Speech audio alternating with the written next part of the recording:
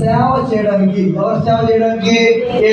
ఇప్పుడు government job లోకి వెళ్ళింది ఎవరు? దేనికోసం వెళ్తావు? గవర్నమెంట్ కోసం పని చేస్తావా, నా కోసం పని చేస్తావా? రైట్. ఇప్పుడు మీ అందరికి అభిషేకం వస్తుంది, ఎవరి కోసం పని చేస్తారు?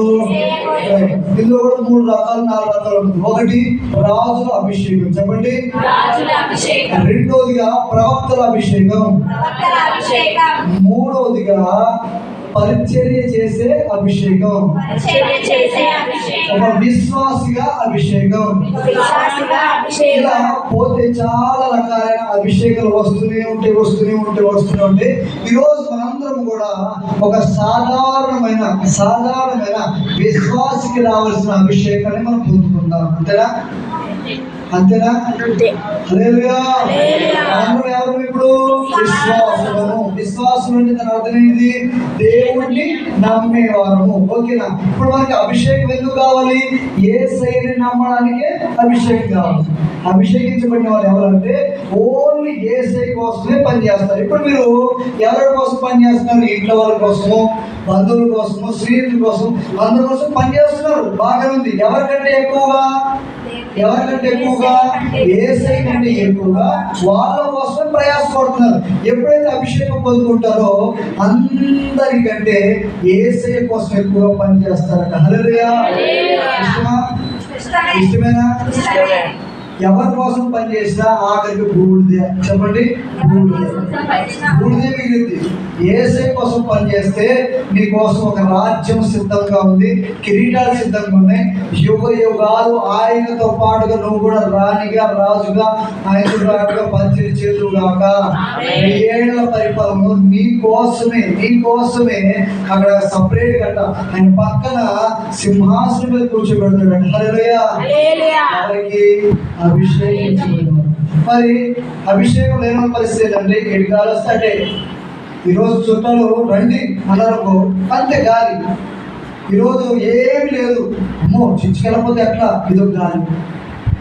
అంటే ఏ గాలి పడితే గాలి కాదు మనకి. అభిషేకం ఉంటే మనము ఒక పని మీద నిబద్ధత కలిగి నిల్చున్నాము కాదా. ఇదన్నమాట ప్రేయర్ లైఫ్. ఏంటమ్మా? ప్రార్థనా జీవితం ప్రత్యేకంగా ఉంటుందట. అభిషేకం పొందుకున్న వాళ్ళు ఎలా ఉంటారు అనే దాన్ని ఇంట్రడక్షన్. వాళ్ళ ప్రార్థన జీవితం స్పెషల్గా ఉంటుంది. అభిషేకంతో ఉన్నవారు, అభిషేకించబడిన వారట చిన్న ప్రార్థన చేసిన దేవుడు వింటాడట. హల్లెలూయా. దానిలో ఒకసారి ఒక అదుల్లాం గుహ అనే గుహలోకి వెళ్ళిపోయాడు. ఎవరు దొరుకుతున్నారంట? చెప్పండి, ఎవరు దొరుకుతున్నారంట? దావిని ఎవరు దొరుకుతారు కదా? చెప్పండి మాట. దొరుకుతా ఉన్నాడు. ఎటు తోచడం తప్పిపోయి ఒక గుహలోకి వెళ్ళిపోయాడు. ఆ గుహలో మొత్తం అంతా కూడా కవర్ అయిపోయింది. ఏటు వెళ్ళే దిక్కు లేదు దావీదుకి. చూస్తే ఎవరు కుడి పక్కన లేరు, ఎడమ పక్కన. అప్పుడు ఏమంటున్నాడంటే మెల్లిగా ప్రార్థన చేసుకుంటూ, నాయన నా కుడి పక్క నిదానించి చూడగా ఎవరు లేరయ్యా, నా తోబుట్టు లేరు, బంధువు లేరు, సరే తప్పలేరు బాబా, సహాయం తెచ్చి. ఆయనకంట ఆయన గుండె చప్పుడు వినపడుతుందంట. గుండె చప్పుడు ఎప్పుడు వినపడుద్ది? సైలెంట్ కాదు. నీకు వచ్చిన సమస్య నెత్తి మీద పెట్టుకుంటే దెబ్బ తిరిగి అన్నీ వినపడతాయి. గుండె చప్పుడు ఎప్పుడు వినపడుతుంది తెలుసా? మనం తట్టుకోలేనంత బాధ మనకు వచ్చినప్పుడు గుండె చప్పుడు వినపడుతుంది. ఆ సమయంలో ఏం చేయాలో తెలియక ఏమన్నా దిక్కయ్యా గట్టిగా ప్రార్థన చేస్తే ఏమైంది? అక్కడ వినపడింది. ఆ ప్రార్థన మనసు చేసుకుంటూ ఉండగా వెంటనే ఆ గుర్రాల శబ్దాలు వినపడుతున్నాయి. గుండె శబ్దం వినపడిన వాడికి గుర్రాల శబ్దం వినపడదా? వాళ్ళు అంటారే ఈ గుహలో కదా పదండ్రా అన్నాడు. ఇదే లాస్ట్ రోజు అయిపోయింది. ఇక ఇంత చాలా ఏడుచుకుంటా ఉన్నాడు. ఇక కూర్చున్నాడు.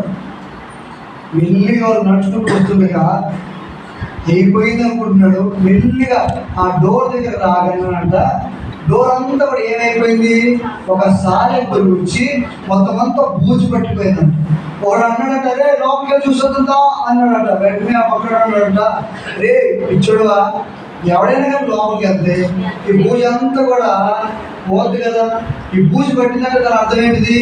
ఎవడు కూడా ఇంట్లోకి ప్రవేశించలేదు అని చెప్పి ఆయన ముందే మరణము తప్పించుకొని పోయిందంట. హల్లెలూయా.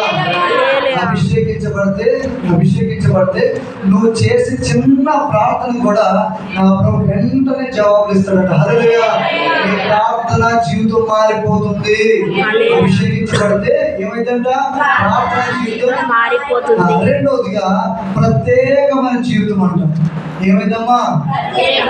అంతటితో పాటు దావీదంట పార్టీ చేసుకుందామా, దావతుకు పోదామా, దీనికి పోదామా అంటే పోదామంటే ఏం మాట్లాడేవాడు కాదంట.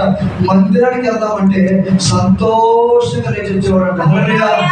సింహాసనం మీద కూర్చొని ఎంత భయంకరమైన పదనుండి మందిరానికి వెళ్దామే అంటే నడు పదన చెప్పి అందరం తీసుకుని మందిరానికి వచ్చేవాడంట ఆయన.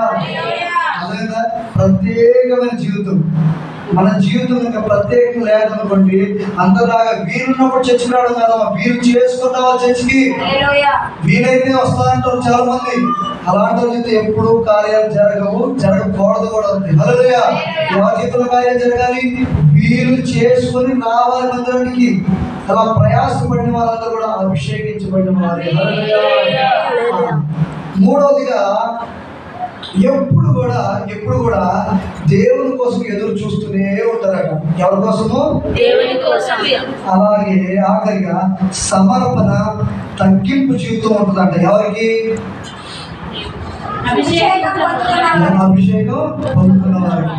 ఇవన్నీ లక్షణాలు మన జీవితంలో కనబడడం కాక మరి వీటన్నిటికీ ఈ అభిషేకం పొందుకోవాలంటే మనం ఏం చేయాలి అంటే మనందరి జీవితంలో ఈ యొక్క బెల మనం చెల్లించాలి. ప్రార్థన జీవితం పెరగాలి. అభిషేకం రావాలంటే ఏం కావాలమ్మా? ప్రార్థన జీవితం. రెండోదిగా ప్రత్యేకమైన జీవితం.